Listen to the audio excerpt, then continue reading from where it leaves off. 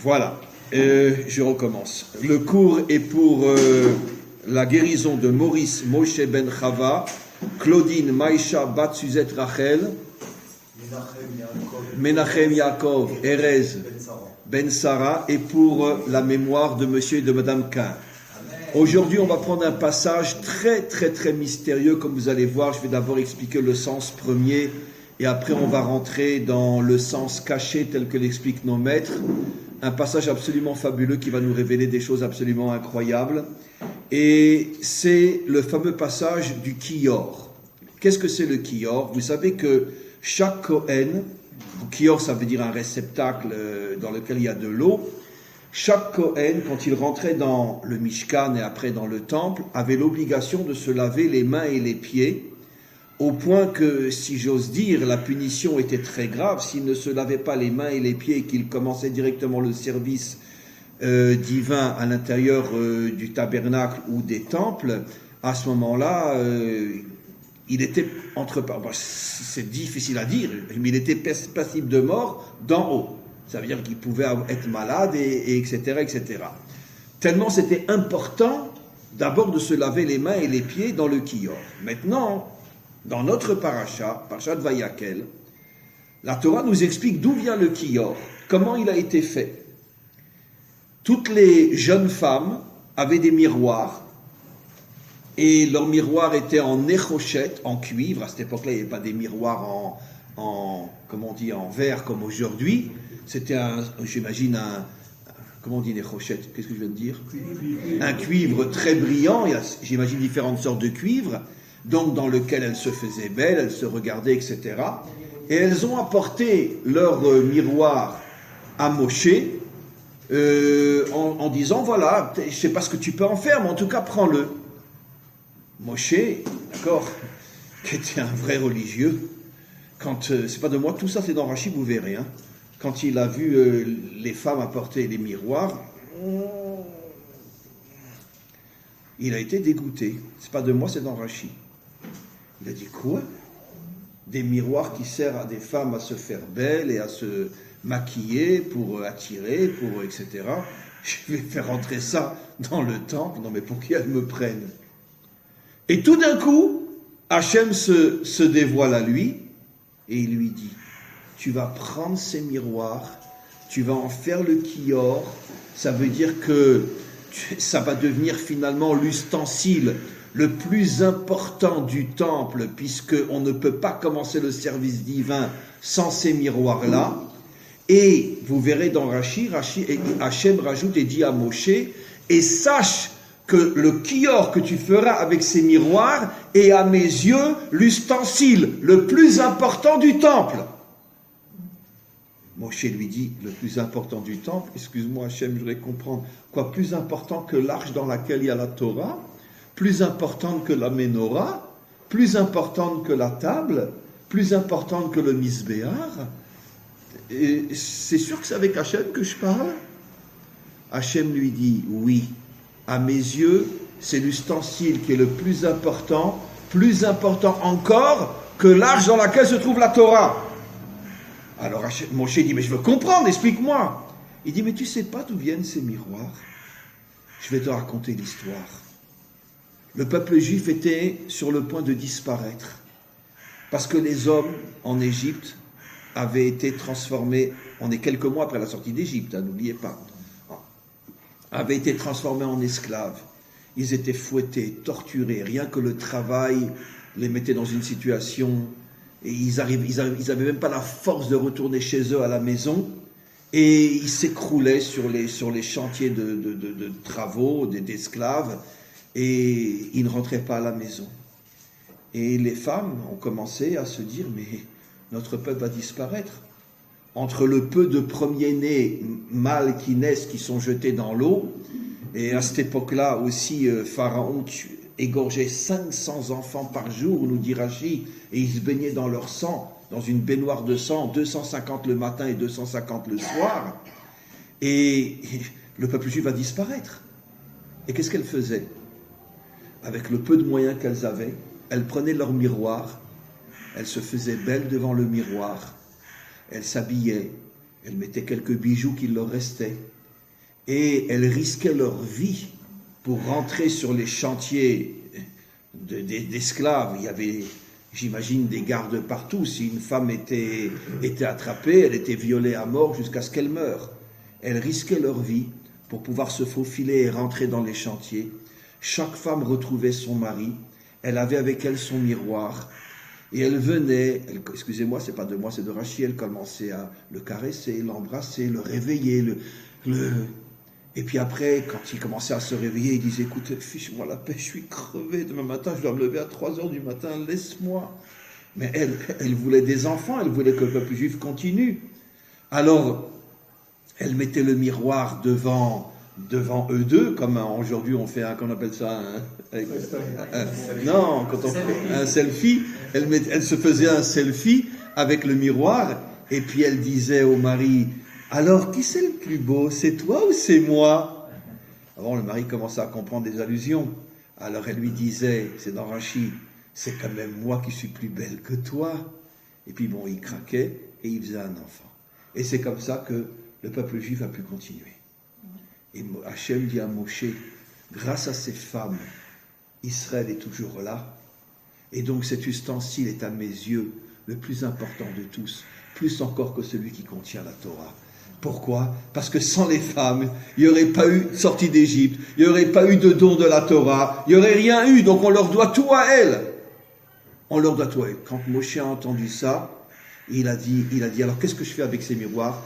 Hachem lui répond, l'ustensile le plus important de tous, le kior. On ne peut pas commencer le travail dans le temple sans le kior, et il a fait le kior. Alors ça c'est l'histoire au niveau du pshat, au niveau du sens premier. Ça confirme ce que nos maîtres nous disent, que nous sommes sortis d'Égypte par le mérite des femmes. Parce qu'à partir du moment où expliquent nos maîtres, où finalement les hommes ont retrouvé leurs femmes enceintes, ont eu des naissances, ils se sont sentis responsables, qu'on doit continuer, on ne doit pas se laisser mourir. Notre peuple doit continuer, parce qu'ils étaient dans une situation de désespoir inimaginable. Vous imaginez toute la journée torturés, travaillés, fouettés, crachés au visage, sales juifs, etc. Donc ces enfants ont redonné espoir aux hommes, et c'est ce qui ont fait que finalement ils se sont repris en main, et c'est ce qui a fait que finalement on a pu, pas tous, mais 1/5 a pu sortir d'Égypte, et c'est ce que disent nos maîtres, par le mérite des femmes vertueuses, nous sommes sortis d'Égypte, et nos maîtres disent, et de même, au moment de la délivrance finale, ça sera à nouveau, comme on va le voir dans ce cours, par le mérite des femmes. Alors ça, c'est le pshat. Le sens littéral, mais déjà très intéressant. Essayons maintenant de comprendre le secret qui se cache. Dit Rashi, la femme place son miroir devant l'homme et lui dit, qui est la plus belle, ou qui est le plus beau, toi ou moi? Et elle lui dit, c'est quand même moi la plus belle. Et à ce moment-là, l'homme craquait. C'est moi la plus belle. Elle termine sa phrase par c'est moi la plus belle. N'oublions pas qu'on est dans un texte de la Torah. Chaque mot, chaque lettre, chaque espace blanc entre deux lettres contient des secrets incroyables. C'est quoi cette histoire qu'elle est la plus belle? Et pourquoi terminer par c'est moi la plus belle? Qu'est-ce qui se cache derrière ça? Des secrets incroyables. Vous savez que selon les codes de notre Torah, d'accord, c'est pas à prendre à la lettre, ce sont des codes. La dimension masculine représente Dieu, et la dimension féminine représente le peuple d'Israël. La preuve, c'est que nos maîtres comparent le don de la Torah à un mariage. C'est-à-dire que Dieu était le khatan, en français, le fiancé. Israël était la kala, la fiancée, d'accord? Qui est le rabbin qui a fait le mariage? C'est Moshe. Et où était la Ketouba? C'est la Torah. Donc nos maîtres comparent le don de la Torah à un mariage. Donc ça confirme ce qu'on explique. La dimension masculine, au niveau des codes, bien sûr, pas que l'homme est Dieu, mais au niveau des codes, représente Dieu. Le peuple juif représente la féminité, le peuple d'Israël, et la Torah représente la Ketouba. Alors maintenant, si on décode ce que je viens d'expliquer, c'est fabuleux. Parlons maintenant du sens secret, du sens caché. L'homme, c'est Dieu, et la femme, c'est Israël. Et donc, Dieu, si j'ose dire, comme l'enseignent nos maîtres, était dans un état catastrophique. Comme l'enseignent nos maîtres, quand Israël est en exil, évidemment c'est parce que lui il le veut, c'est pas à prendre à la lettre, mais toute la puissance divine s'affaiblit, comme on va le voir dans le cours d'aujourd'hui. Parce que qu'est-ce qui donne à Dieu sa puissance? C'est la puissance d'Israël. Et quand Israël est affaibli, eh bien Dieu s'affaiblit aussi. C'est pour ça qu'à notre niveau, je n'explique pas les secrets, d'accord? C'est pour ça qu'à notre niveau, et quand il va se dévoiler à nous, au moment de la délivrance finale, je serai en première ligne et je lui casse la figure, d'accord? Je ne plaisante pas, hein? Rien que tu m'expliques, d'accord? 3000 ans de souffrance. Rien que tu m'expliques tous ces milliers d'enfants qui, quand ils arrivaient dans les bras de leur mère devant la chambre à gaz, d'accord, on les prenait des mères des enfants et on les jetait vivants dans les fours crématoires. Je voudrais que tu m'expliques, d'accord, ces millions de juifs brûlés pendant l'Inquisition, etc. Je veux que tu m'expliques. Tu m'expliques pas? Je refuse d'avancer. Ah, il va avoir un sacré moment à passer, le bon Dieu, hein, d'accord? Mais pourquoi je me permets de parler comme ça? Je vous l'ai déjà dit des milliers de fois. C'est comme ça qu'Abraham a parlé à Hachem quand Hachem lui a dit qu'il allait éliminer Sodome et Gomorrhe. Il a dit quoi? Celui qu'on prétend être le juge de toute la terre, c'est pas rendre justice? Il lui a dit Khalil Alecha, tu es en train de faire un Chilul Hachem, tu es en train de profaner le nom divin. Il dit adieu. Donc Hachem aime qu'on lui parle comme ça. Attention, pas qu'on va l'abandonner, mais on veut comprendre. Explique-nous. Très bien. Mais nos maîtres nous disent que quand le Ham Israël est en exil, qui est en vérité le microcosme de l'humanité tout entière, quand le monde s'écroule, eh bien, Dieu a créé le monde de telle manière que ses forces aussi s'écroulent. Et c'est ça la représentation de l'homme qui était dans un état désespéré, qui fait allusion au fait que Dieu était dans un état désespéré. Parce que, excusez-moi, là encore une fois, on a le droit de critiquer et d'hurler. Tu pourrais m'expliquer, bon Dieu, comment tu as laissé pendant des années 500 enfants égorgés chaque jour, et Pharaon se baignait dans leur sang, 250 le matin et 250 le soir. Mais où tu es? Où tu es? Où tu es? D'accord?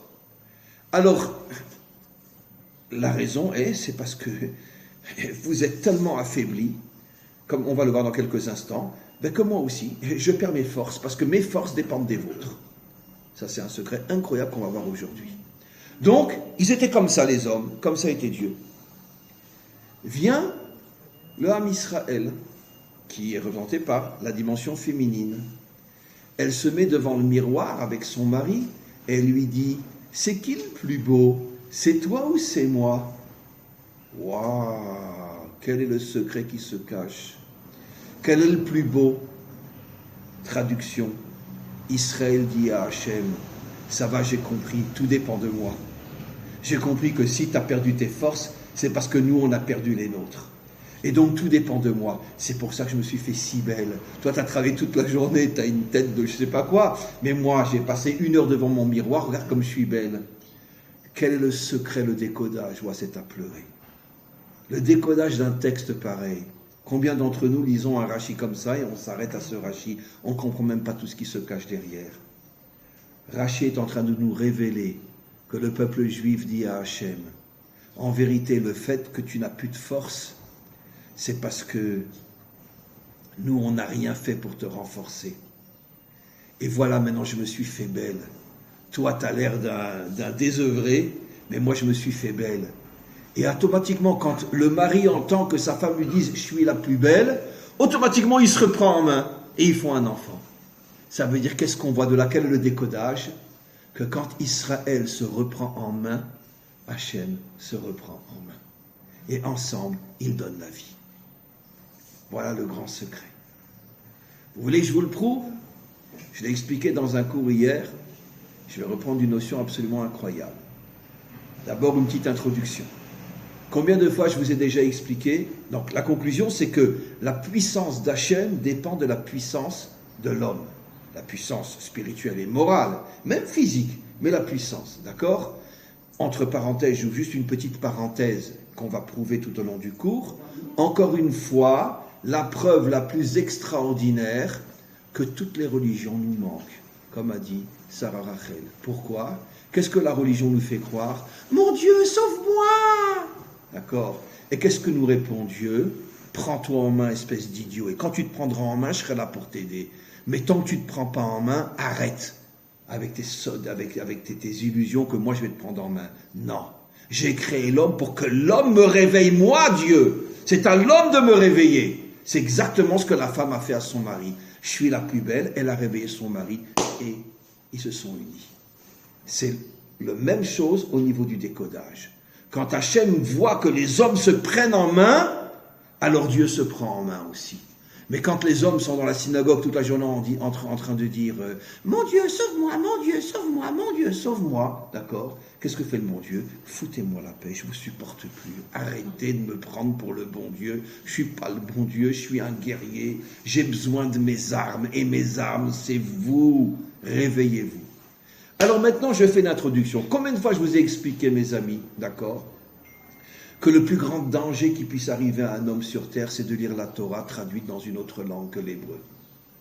Parce que toutes les traductions sont des catastrophes, des falsifications qu'on ne peut même pas imaginer. Ça a été fait intentionnellement, dans le but justement de fermer la Torah.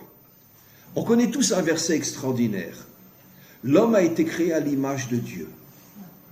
Le plus grand mensonge au niveau de la traduction, jamais traduit sur terre. C'est pas du tout ce qui est marqué dans la Torah. D'abord, Elohim ne veut pas dire Dieu. On le sait clairement. Comment Rachid traduit Elohim? Baal hakochot kulam. Ça veut dire la source de toutes les forces. C'est pas Dieu. La source de toutes les forces. D'accord? Mais non, c'est une qualité de Dieu, mais c'est pas Dieu. Elohim vient de la racine El qui veut dire force. Elohim au pluriel, les forces.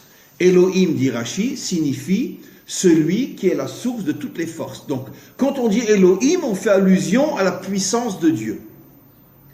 Le mot Betselem, que tous les traducteurs, y compris les juifs tarés, traduisent par l'image de Dieu. D'accord? Quelle est la racine du mot Betselem? Tsel. Qu'est-ce que veut dire Tsel? L'ombre. Tiens. L'homme a été créé pour être l'image, pour être l'ombre d'Elohim. Ça veut dire quoi l'ombre d'Elohim? Ça veut dire faire de l'ombre à la puissance d'Hachem. J'explique. Écoutez-moi bien, tel que l'expliquent nos maîtres dans le Zohar ou d'autres, c'est des explications mais fabuleuses.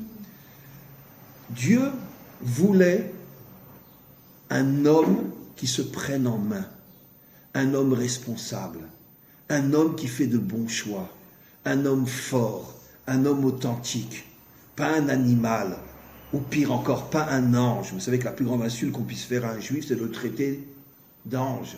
Parce que les anges sont des robots spirituels qui n'ont aucun libre arbitre, qui n'ont rien, qui sont là que pour servir Dieu du matin au soir. Un homme a le libre arbitre. Un homme peut dire oui, un homme peut dire non, un homme peut se tromper, il peut tomber, il peut se relever. Comme dit le verset de Shlomo Ameler, Shiva yipol tzadik vekam. Qu'on arrête une fois pour toutes de considérer que le tzadik c'est le saint avec des ailes et une auréole sur la tête. Nos maîtres nous disent, le tzadik c'est celui qui tombe 7 fois, mais qui se relève. Il se relève. Il tombe, mais il se relève. Et nous aujourd'hui on a une vision du tzadik. Voilà. Comment?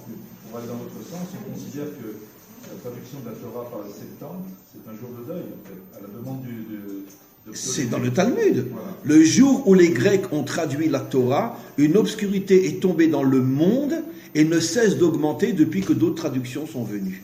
Parce que, un autre exemple, tu ne tueras point. Jusqu'à aujourd'hui, même dans des traductions juives, on trouve cette traduction assassine. C'est pas marqué tu ne tueras pas, c'est marqué tu ne n'assassineras point. La différence entre ne pas tuer et ne pas assassiner, un soldat à la guerre tue, mais n'assassine pas. Sauf si Chaz de Shalom il rentre dans un village et il tue tout le monde, ça c'est l'assassin. Mais pendant le combat, il tue. La Torah n'a pas interdit de tuer, la Torah interdit d'assassiner. Et jusqu'à aujourd'hui, toutes les traductions disent tu ne tueras point. C'est une falsification terrible de la Torah. Tu n'assassineras point. Il y a cet exemple fameux aussi de Michel-Ange et de la statue, Keren Or. Il a fait une statue avec des cornes. Keren, c'est aussi le rayon. Alors que Keren veut dire rayon, absolument, il ne veut pas dire corne. Ça veut dire corne, ça veut dire rayon, mais dans le cas de la Torah, Moshe avait des Keren Or, ça veut dire qu'il avait des rayonnements de lumière, mais pas des cornes, évidemment. Très bien. Ok. Alors, Keren veut dire rayonnement.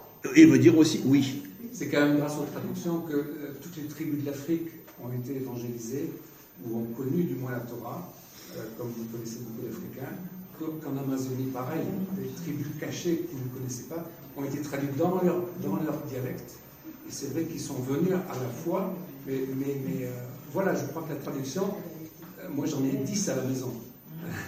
Vous avez un petit peu raison aussi, mais, ce que tous ceux qui se sont rapprochés, on pourrait dire, de près ou de loin de la Torah grâce à des traductions, ne savent pas malgré tout qu'énormément, ou voire même la majorité du texte traduit, éloigne complètement de la Torah authentique. Maintenant, ne vous inquiétez pas, c'est vrai même chez les Juifs. Ça veut dire que pendant l'exil, la grande majorité des Juifs lisaient la Torah traduite. La Torah traduite, et donc c'est pour ça que finalement ils se sont éloignés de la vraie Torah. Parce que la vraie Torah, telle qu'elle est dans le texte hébreu, n'a rien à voir avec... donnons un autre exemple simple, il faut que j'avance. Tu aimeras ton prochain comme toi-même. C'est marqué nulle part, tu aimeras ton prochain comme toi-même. C'est marqué, tu aimeras celui qui te fait du mal comme toi-même. Re'acha, la racine du mot re'acha, c'est ra. Ra. Ça veut dire, je vais dire, tu aimeras comme toi-même celui qui est différent de toi. Ça veut dire, ne cherche pas à faire que tout le monde soit comme toi. Ça veut dire que toi tu es juif, lui il est chrétien, toi tu es juif, lui il est musulman, toi tu es blanc, lui il est noir. Respecte-le, aime-le, malgré le fait qu'il refuse totalement d'être comme toi. C'est ça en vérité la vraie traduction.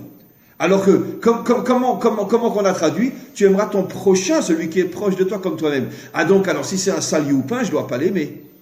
Non, c'est exactement le contraire. Il est juif, il est musulman, il est chrétien, il est bouddhiste, il est hindou, il est blanc, il est noir, il est jaune, il est rouge. Il est différent de toi, mais vois le bon côté qu'il y a en lui, et pas seulement ce qui vous divise. Vois le bon côté qu'il y a en lui. Et tu trouveras dans chaque homme, dans chaque femme, des bons côtés. Attention, je ne dis pas qu'il faut être comme lui.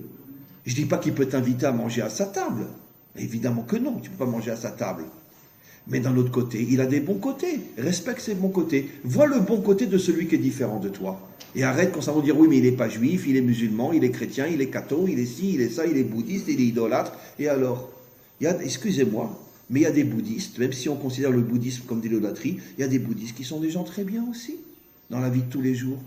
C'est pas parce que tu es idolâtre que tu es forcément une crapule. Attention, il faut le sortir de l'idolâtrie, il faut le sauver de l'idolâtrie. On doit lui parler pour lui faire comprendre qu'il est idolâtre.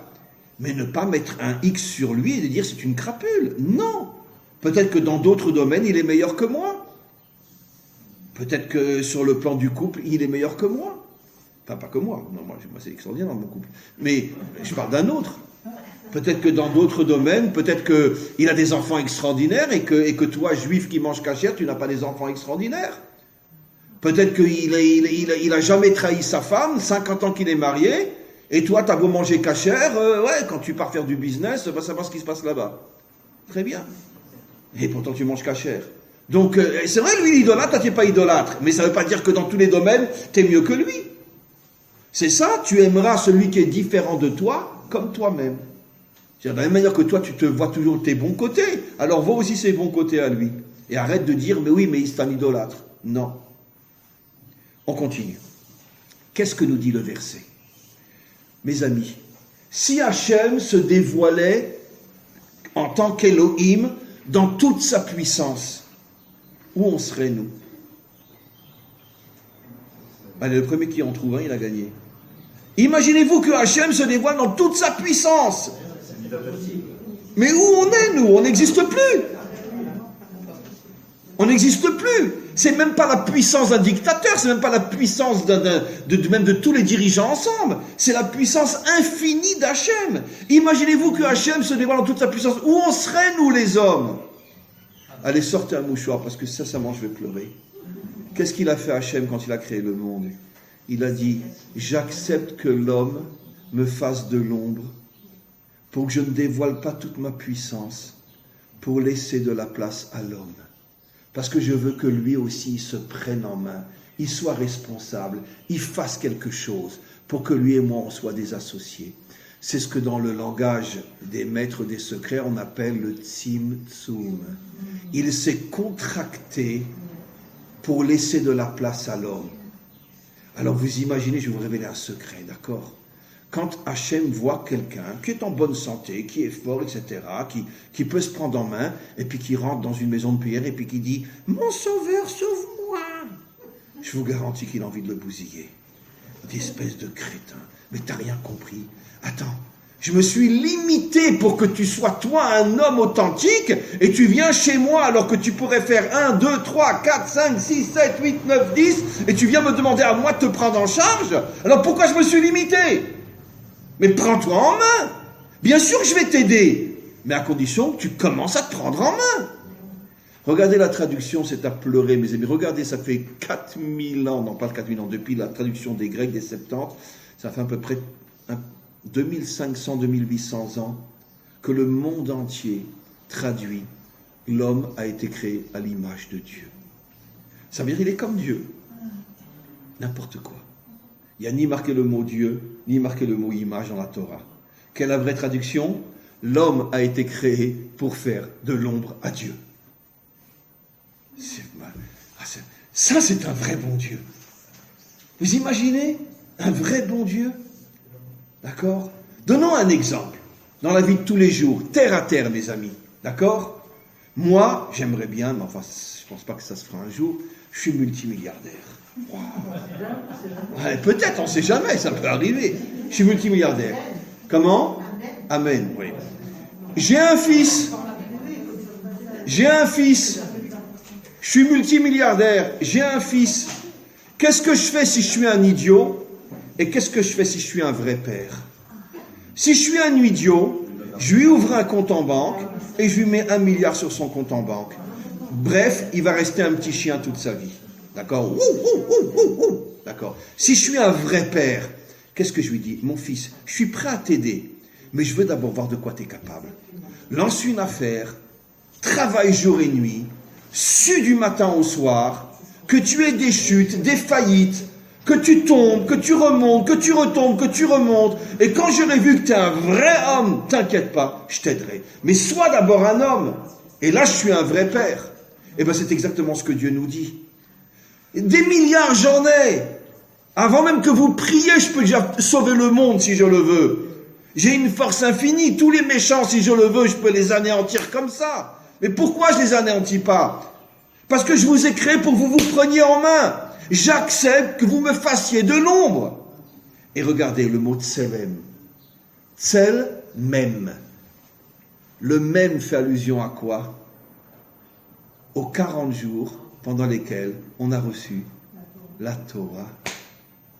Le même fait allusion aux 40 jours pendant lesquels on a reçu la Torah. Ça veut dire que grâce à quoi l'homme peut faire de l'ombre à Dieu, ça veut dire devenir son associé dans l'action, grâce à la vraie Torah. Et Kéchel et Sechel sont les mêmes lettres. Kéchel, c'est l'échec, et Sechel, je deviens plus intelligent quand je me plante, entre guillemets. Absolument. Absolument. Magnifique ce que notre ami vient de dire. Quand tu chutes et que tu sais te relever, tu atteins la véritable sagesse. C'est pour ça que c'est les mêmes lettres. Kéchel, tomber, Sechel, l'intelligence.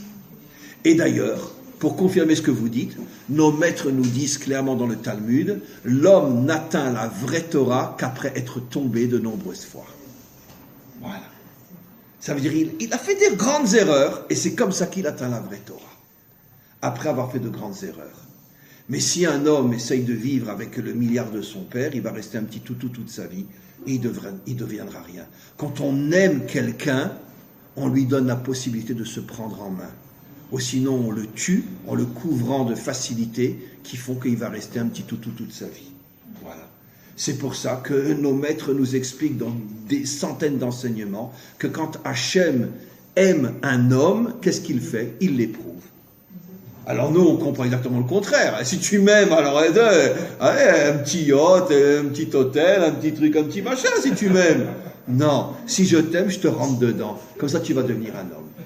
Donc on a compris la vraie traduction de B'Tselem. Grâce au même qui est la vraie Torah, qui est l'absolu contraire de la religion, grâce au même qui est la vraie Torah, tu feras de l'ombre à Hachem parce que tu vas montrer ta propre puissance. Et grâce à ta propre puissance, Hachem va t'aimer, va s'associer à toi. Et ensemble, vous allez construire le monde. Ça, c'est la vraie Torah. Regardez, mes amis. On va maintenant essayer de comprendre la faute de Adam et de Chava. D'abord, je l'ai déjà dit, les lettres de Adam. Aleph, Adam. Dalet, David. Mem, Mashiach. Ou Moshe. Moshe, Mashiach, c'est la même chose. Le Zohar enseigne des dizaines de fois dans le Zohar qu'en vérité que toute la force du Mashiach sera la réincarnation de l'âme de Moshe qui va se réincarner en lui. Moshe va se réincarner dans le Mashiach et donc la force cachée à l'intérieur du Mashiach, on va voir encore autre chose dans quelques instants, plus puissant encore, ça sera Moshe. Donc Adam, c'est Adam, David, Moshe. Quel est le point commun entre David et Moshe? Ben, ce sont tous les deux des guerriers. David et Moshe sont tous les deux des guerriers. David, il a passé toute sa vie sur un cheval, avec une épée en main, bien que c'était un homme d'une spiritualité inimaginable. Mais pourquoi justement il avait cette puissance spirituelle? Parce qu'il avait en même temps la puissance physique. Et plus un homme est puissant dans ce monde, et plus s'il le veut, il devient puissant sur le plan spirituel. Qui a donné les psaumes au monde entier? C'est le roi David. Et pourtant, toute la journée, il était sur un cheval avec une épée. Pourquoi? Parce que la puissance du corps et la puissance de l'âme, quand elles s'unissent, ouvrent des portes inimaginables dans la spiritualité profonde et authentique de l'homme. Le Mashiach, c'est pareil. Là aussi, on s'imagine que le Mashiach, heureusement qu'on a le Rambam et quantité d'autres commentaires qui nous expliquent comment le Mashiach va réparer le monde. On s'imagine que le Mashiach va venir et puis il va commencer à parler, puis tout le monde va dire waouh, waouh, waouh, waouh, waouh, waouh, waouh. Et bien figurez-vous que le Mashiach, il sera comme Moshe. Moshe, c'était un parleur. Je voudrais... Qu'est-ce qui nous saoule, celui-là? Pourquoi il était bègue, Moshe? Pourquoi? Parce qu'on s'en fout de tes paroles. Ce qu'on veut, c'est de l'action. D'accord? Alors, qui c'est qui parlait à sa place? Aaron. Mais lui, je te casse la figure, hein, pharaon. D'accord? Alors, très bien. Alors, Aaron va parler. Très bien. Mais qui était l'homme d'action? Moshe. Eh bien, le Mashiach, ça va être pareil. Qu'est-ce que nous dit le Rambam dans le Mishneh Torah? Comment qu'on va savoir que le Mashiach est le Mashiach? D'accord? Aujourd'hui, dès qu'on voit un tordu, on dit c'est le Mashiach. Très bien. Ok. Mais comment qu'on va savoir que c'est le Mashiach? Le Rambam donne 3 critères. Premier critère, il part en guerre contre tous les méchants de ce monde. En guerre. Réel. Deuxième critère, il rassemble tous les dispersés d'Israël en Eretz Israël. Troisième critère, il construit le 3e temple. Après, il va dire je suis le Mashiach. Il n'y aura pas besoin de le dire, ça sera évident. Voilà. Et aujourd'hui, qu'est-ce qu'on fait déjà depuis des millénaires? Et chez nous, les Juifs, n'en parlons pas, d'accord? Dès qu'on voit un tordu, on dit c'est le Mashiach. Voilà. C'est comme ça que ça fonctionne. Attends, il s'est battu contre le mal? Non. Il a rassemblé les dispersés? Non. Il a construit le 3e temple? Non. Après, tu dis que c'est le Mashiach. Pourquoi tu dis que c'est le Mashiach? Mais je comprends pas, tu étudies la Torah ou tu inventes? Je comprends pas. Pourtant, c'est clair. C'est une halakha, une loi sur laquelle personne ne contredit le Rambam, Maïmonide. Les 3 critères pour définir le Mashiach, dont le plus difficile de tous, il part en guerre contre le mal. D'accord? Vous imaginez quelqu'un qui part en guerre contre le mal aujourd'hui? Combien de milliardièmes de fractions de seconde il a avant de prendre une balle dans la tête? On ne peut même pas compter. Donc je ne sais pas comment il va faire. C'est pour ça que nos maîtres nous disent le Mashiach viendra quand plus personne n'y croira. Parce que le monde devient de plus en plus dangereux au niveau des puissances financières, politiques, etc. Et le premier qui bouge, paf! Très bien. On ne peut plus. Donc on imagine le travail du Mashiach. Oui. Ça va dans le bon sens parce que les Saoudiens maintenant, ils veulent qu'Israël reprenne le contrôle du monde du temple. Ah oui? Oui. Hein? Bon, mais ça m'étonnerait que les Israéliens acceptent. Croyez-moi. Non, il dit que les Saoudiens veulent que Israël reprenne. Que les Saoudiens veulent. Ben, les Saoudiens savent qu'ils sont en danger avec les Iraniens, donc ils sont prêts à tout pour renforcer l'alliance avec. Voilà. De toute façon, je vous signale, mes amis, que c'est marqué explicitement dans le Talmud il y a 2000 ans, au tout début de la Masechet Avodah Zara, qui parle de l'idolâtrie, que la guerre de Gog et Magog, c'est l'union entre Esav et les Perses. Traduit en français, d'accord, Biden et l'Iran. Biden ou un autre, peu importe. C'est marqué clairement. Il y a 2000 ans, nos maîtres n'ont pas dit les musulmans. Ils ont dit les Perses. Les Perses. C'est-à-dire que l'Occident, pas des peuples, bien sûr, les peuples sont très bien. Je parle des dirigeants, vont s'allier aux Perses, qui sont aujourd'hui l'Iran, et c'est la guerre de Gog et Magog. Et de l'autre côté, il y a un rapprochement militaire entre Israël et l'Arabie Saoudite, puisqu'on parle d'équivalent de l'OTAN, d'une alliance militaire. Mais mes amis, pourquoi croyez-vous que nos maîtres ont déjà dit, depuis des millénaires, plus de 2000 ans, que Ishmaël fera Teshuvah? Oui. Parce que Ishmaël, c'est pas les Perses. Eux, c'est des fous furieux, c'est des chiites, c'est des fous furieux. D'accord? D'ailleurs, c'est tout ce que ça veut dire le mot chiite en anglais. Mais en vérité, les vrais musulmans sont les sunnites, qui sont aujourd'hui pour la plupart nos ennemis, c'est vrai. Mais nos maîtres nous disent depuis des millénaires qu'un jour, Ishmaël fera Teshuvah. Pas les chiites, les sunnites feront Teshuvah, les vrais Ishmaélim. D'accord. C'est pas un hasard si ça s'appelle les Eskémés Abraham. D'ailleurs, ils ont appelé les Eskémés Abraham parce qu'ils se reconnaissent dans Abraham aussi. Les vrais Ishmaélim se reconnaissent dans Abraham. Je vous ai déjà raconté. Mais bien sûr, ils considèrent qu'Abraham est leur père. Mais c'est le père d'Ishmaël. Je vous ai déjà raconté cette histoire. Bon, il faut que j'avance. J'ai raconté cette histoire absolument incroyable que avant les accords d'Oslo, c'est-à-dire avant les accords de guerre, quand on avait le droit de se promener partout à Hebron et machin, etc., dans les chouks, à Shrem, etc., ben oui. J'allais dans le chouk à Shrem, j'allais dans le chouk à Hebron, on disait bonjour aux musulmans, Inou. Vraiment, c'était vraiment la vraie paix avant les accords d'Oslo. C'est la catastrophe depuis les accords d'Oslo. Et ben, je me rappelle qu'à l'époque, il n'y avait pas encore de frontières au niveau des tombes à Hebron, et les musulmans priaient à côté des juifs et les juifs à côté des musulmans. Je vous dis clairement qu'une fois, j'ai vu un musulman qui priait devant la tombe d'Abraham. J'ai eu honte, je me suis dit, c'est qui le juif? C'est lui ou c'est moi? Avec une ferveur, avec un amour. J'ai dit, mais c'est pas possible. Non, ils considèrent vraiment qu'Abraham est leur père. C'est pour ça que les accords avec l'Arabie Saoudite s'appellent les accords d'Abraham. Je continue, mes amis. Donc, on a expliqué le mot Betselem, on a expliqué Adam. Maintenant, on va expliquer le mot Chava. Et là, vous allez voir quelque chose d'extraordinaire. Chava, si vous preniez les deux premières lettres, Chet Vav, Gematria 14. 14, Gematria David. Et si il vous reste après une seule lettre le He fait allusion à la dernière lettre du nom divin, Yud E Vav E, qui fait allusion à quel attribut divin, la dernière lettre, le dernier E? À la Malchut, la royauté. David, roi. Tiens, pourquoi le nom de Chava? Qu'est-ce que ça a à voir avec David, roi? David Malchut. Alors, personne? Les femmes, là, vous ne riez pas? Eh bien, parce que le Hari HaKadosh nous révèle que Chava va revenir en Gilgoul et ça sera l'épouse du Mashiach. Oui. Et David, ça fait bien sûr allusion au Mashiach. Bien sûr. Comment qu'on appelle le Mashiach? Ben David. Alors qu'entre lui et David, il y a eu combien de papas? Des milliers, des dizaines de milliers. Alors pourquoi on l'appelle Ben David? Pour dire que David se réincarne dans le Mashiach. Ça veut dire que sur le plan masculin, le Mashiach, c'est la réincarnation de David, et l'épouse du Mashiach sera la réincarnation de Chava. Maintenant, pourquoi, et je vous le prouve dans quelques exemples, pourquoi on appelle Chava David Meler, David Malchut? Parce que, écoutez ça, on a expliqué qu'en vérité, que dans Adam, il y a Adam, David, Mashiach.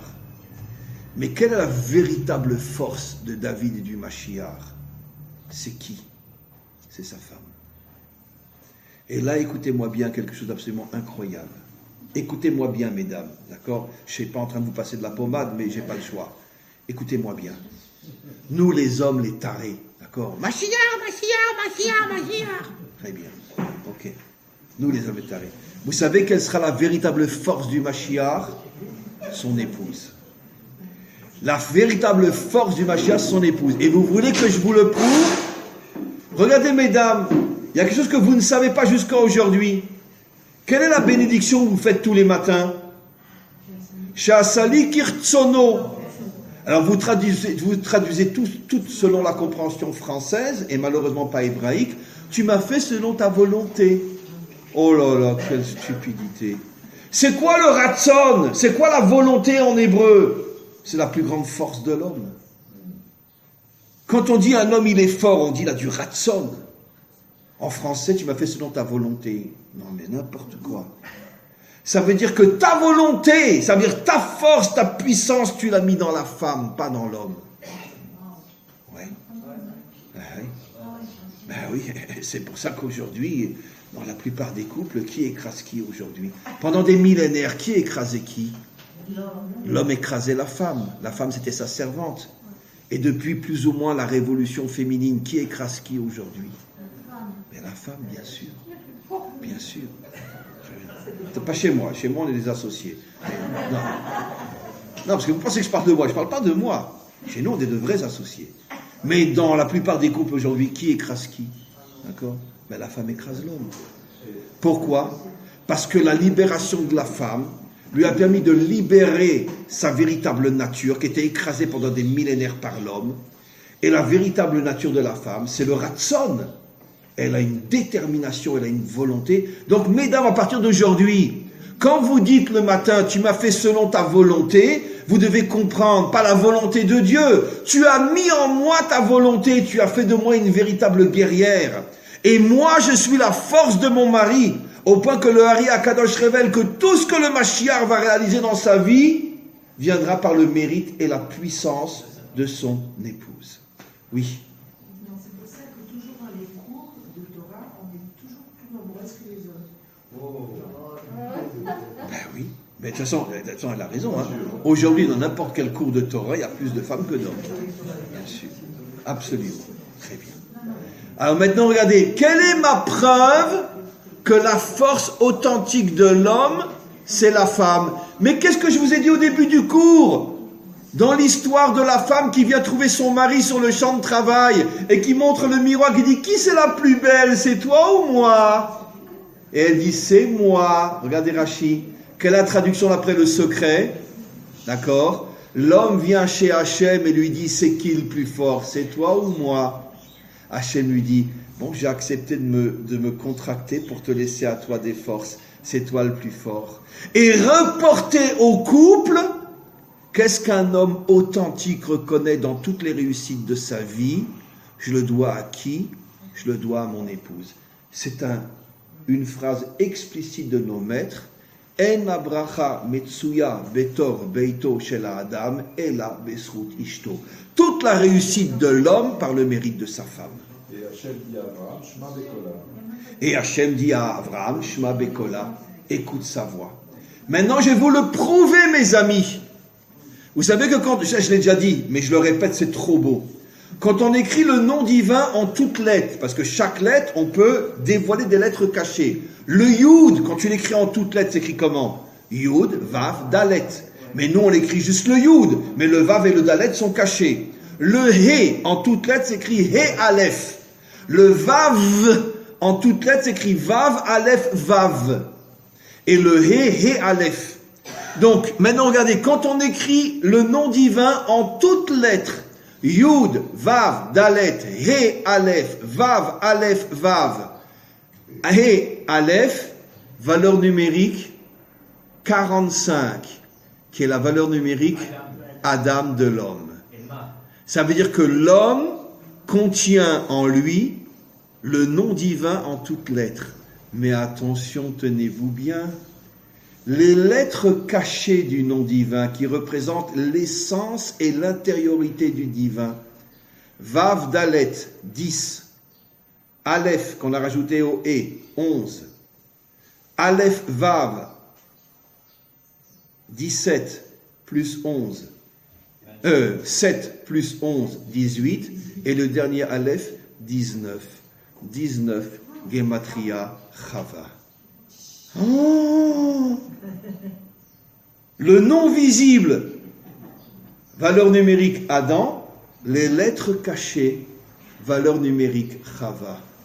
Qui est la puissance cachée à l'intérieur de l'homme? La femme. Oh, quelle est la puissance cachée à l'intérieur de Dieu? Les humains. Puisque la femme représente les peuples, d'abord le peuple juif, au moment de la délivrance, les 70 peuples. Quelle est donc la femme est la puissance cachée de l'homme, et les hommes sont la puissance cachée de Dieu. Qu'est-ce que ça veut dire? Ça veut dire si l'homme arrive à reconnaître que la source de sa réussite c'est la femme, alors parce qu'elle agit effectivement d'une certaine manière en secret, mais elle agit, sa réalité, sa force, son existence émane d'elle des énergies dont l'homme est le réceptacle et qui le grandit et qui font qu'il réussit, visiblement, d'accord? Mais comme je dis toujours, c'est une blague, mais c'est presque vrai, que normalement, un homme, je ne sais pas, il gagne 3-4 000 euros par mois, d'accord? Quand il reçoit son salaire, il le met dans une enveloppe, il rentre à la maison et lui dit « Ma femme, tu as gagné 3 000 euros, est-ce que je pourrais avoir un petit peu d'argent de poche ?» Normalement, c'est comme ça que ça va fonctionner. Mais oui, parce que toute sa réussite vient de sa femme, même si elle ne travaille pas. C'est très très sérieux ce que je dis. Très sérieux ce que je dis.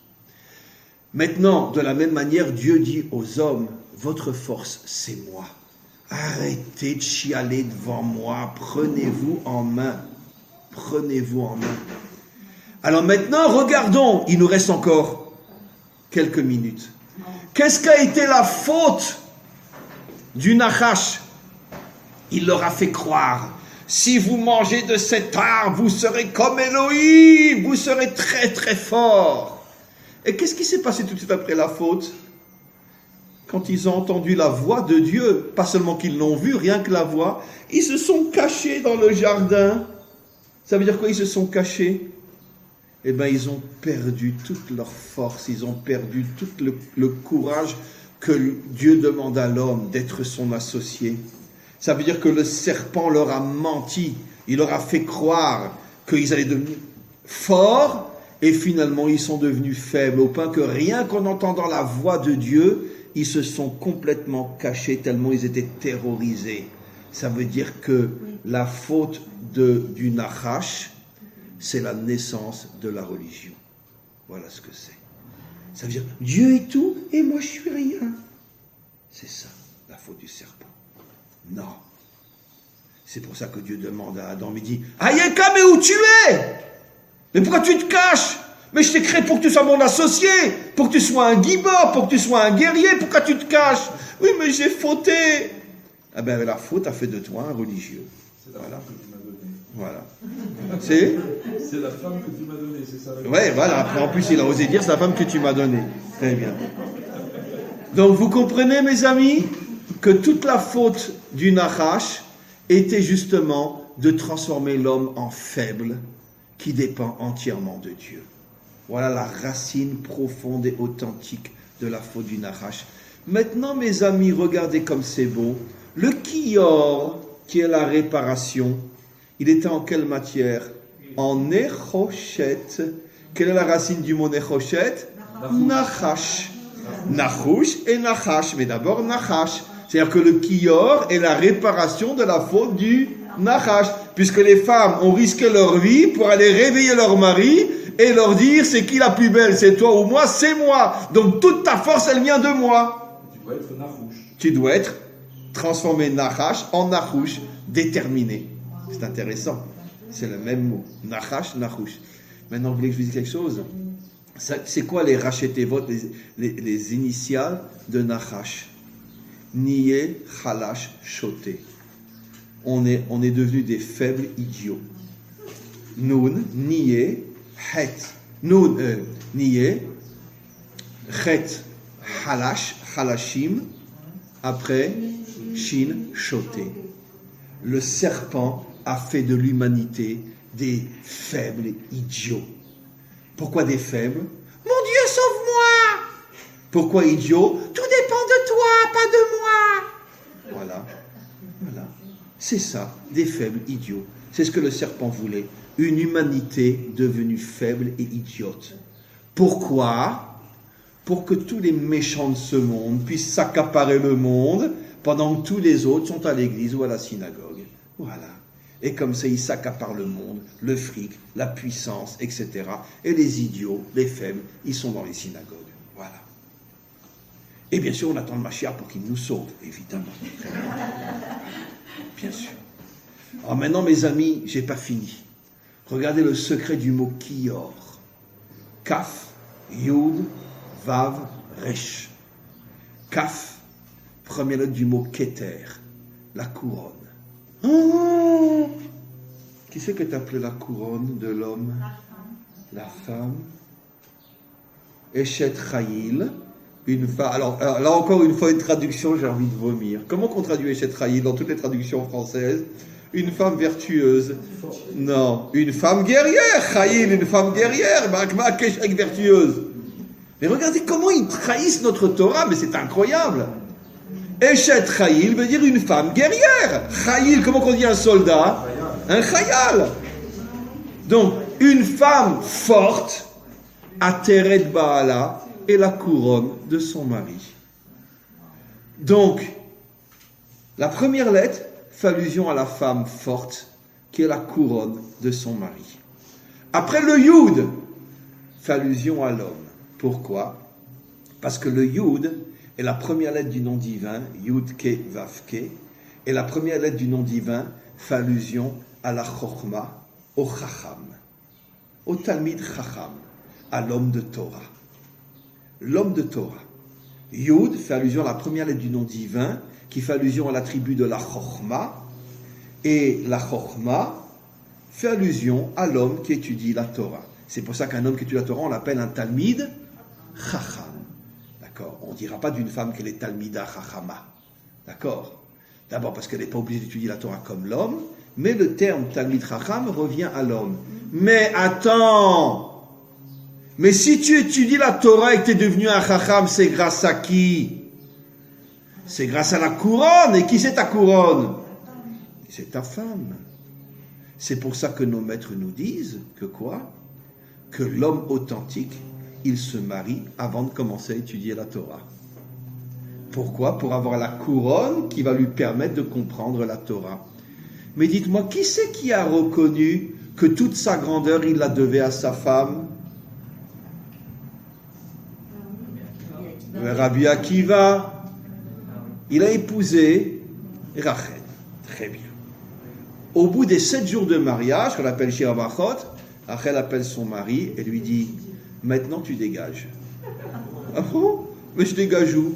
Tu vas à la yeshiva, je ne veux pas te revoir. Tu vas à la yeshiva. Ah, quoi, on ne reste plus ensemble? Il y a des petits bisous? Non, tu vas à la yeshiva. Très bien. Et je ne veux pas te revoir. Il part à la yeshiva, d'accord? C'est une histoire dans le Talmud, très connue. Il part à la yeshiva. Au bout de 12 ans, il n'en peut plus. Il dit: oh, écoute, moi je m'en fous, elle ne m'a pas demandé de revenir, parce qu'il attendait chaque jour qu'elle lui envoie un messager pour qu'il revienne. 12 ans, j'en peux plus, je reviens. Très bien. Il revient au bout de 12 ans, il allait taper sur la porte, et il entend la voisine qui était dans la maison, et qui dit à sa femme: vraiment, tu as vraiment épousé un nul, hein, vraiment, tu te rends compte, 12 ans, il est parti, il revient même pas, mais comment tu as fait pour épouser un mec pareil? Elle lui dit: s'il revenait aujourd'hui, et qu'il me demandait de repartir pour 12 ans encore, je lui dirais: repars. Lui, il entend ça, il repart pour 12 ans, même pas il rentre. Au bout de 24 ans, il revient avec 24 000 élèves. Bon, ils ont vieilli tous les deux, hein, parce que lui, quand il s'est marié, il avait quand même 40 ans. Même elle peut-être 30, je ne sais pas, 35, peu importe. Mais 40 ans il avait, donc il revient à l'âge de 64 ans. Il a quand même maintenant déjà des cheveux blancs, etc. Et sa femme, elle a quand même pas mal vieilli aussi, 24 ans. Et donc, elle voit Rabbi Akiva, son mari, revenir, et puis il a une petite armée autour de lui pour le protéger, qu'on ne l'approche pas ni rien. Elle se faufile, etc. Et elle se jette à ses pieds. Lui, bien sûr, il la reconnaît tout de suite. Il y a ses élèves qui veulent l'apprendre. Il dit: mais t'as pas honte de toucher Rabbi Akiva? Et Rabbi Akiva me dit, mais laissez-la. Sheli veshelachem, shelahi. Tout ce que je suis, tout ce que vous êtes, c'est elle. Voilà le premier homme qui a reconnu que toute sa grandeur, il est devenu le plus grand maître de tous les temps. Il le doit à qui? Il le doit à sa femme. Bon, ça, c'est un homme un vrai. Ça, c'est un homme un vrai. 24 ans d'études de la Torah, il revient avec 24 000 élèves et il reconnaît que tout ce qu'il est, tout ce que vous êtes, c'est elle. La touchez pas. La touchez pas. Donc vous voyez que tout ce que je dis est marqué dans la Torah. Voilà. Alors maintenant on continue. Le Kaf, c'est la couronne de l'homme, c'est l'épouse. Le Yud fait allusion à l'homme de Torah qu'on appelle le Chacham. Le Vav fait allusion aux 6 qualités, Chesed, Gvura, Tiferet, Netzar, Od, Yesod. Les 6 fameuses qualités qui sont le Vav du nom divin. Et le Resh fait allusion à la royauté. Pourquoi? Le Resh est la première lettre du mot Reshit. Et qu'est-ce que dit le verset? Reshit Chochma Yirat Hashem. Le début de la Chochma, le Reshit de la Chochma, c'est la crainte de Dieu. Et le Zohar explique dans des dizaines d'endroits, la crainte de Dieu, c'est la qualité que doit avoir un dirigeant. Pour ne pas s'imaginer que c'est lui le seul. Il doit craindre Dieu. Mais, donc, c'est la qualité de la malchoute, craindre Dieu. Mais nos maîtres expliquent une chose absolument incroyable, je vous ai déjà expliqué ça. La crainte de Dieu, d'accord? Je te crains, tu me crains, il te craint, gna gna gna. Nos maîtres disent, c'est quoi la crainte de Dieu? Dans Masechet Sanhedrin, dernier chapitre Chelek, nos maîtres rajoutent, craindre Dieu, c'est ne craindre que lui. Que lui. J'ai pas peur des hommes, j'ai pas peur des maladies, j'ai pas peur des guerres, j'ai peur de rien. Je n'ai peur, enfin je ne crains plutôt, je n'ai pas peur, je ne crains que lui. Ça veut dire la vraie crainte de Dieu fait de toi un guerrier. Je n'ai peur de personne. D'accord? Peur de personne. Viva la vendetta. C'est comme ça qu'on dit en espagnol, viva la vendetta? Viva la vendetta. D'accord? Vous pouvez tirer, j'ai pas de problème. D'accord? Comme ces fameux 30 000 juifs à Ouman, pour ça que Rabbi Nachman a voulu être enterré là-bas, sont venus les Cosaques, ils ont posé une croix sur la place publique, ils ont fait passer hommes, femmes, enfants, nourrissons, femmes enceintes, vous prosternez. Il y avait une centaine de Cosaques avec des sabres. Tout celui qui ne se prosternait pas, la tête décapitée. Toute la communauté, sans la moindre exception, est passée sans se prosterner, tous décapités. Quand Rabbi Nachman a entendu ça, il a dit c'est là-bas que je vais être enterré. Parce qu'il ne vivait pas à Ouman, il vivait à Breslev. Mais il a voulu être enterré là-bas. Voilà. Ça veut dire, je ne crains que lui. Décapitez-moi, il n'y a pas de problème. Il n'y a pas de problème. Comme l'Inquisition. Combien de centaines de milliers d'hommes, de femmes, d'enfants ont été brûlés vifs? Pourquoi? Non, je ne crains que lui. Je n'ai pas peur de ton feu, je n'ai pas peur de ton sabre, ça ne m'intéresse pas. Je n'ai pas peur. Je ne crains que lui. Et maintenant, pour terminer la boucle, d'accord? Grâce à qui on va avoir la chokhma, les qualités et la vraie crainte qui fait qu'on n'a peur de rien d'autre que d'Hachem? Grâce à la couronne qu'on a sur la tête.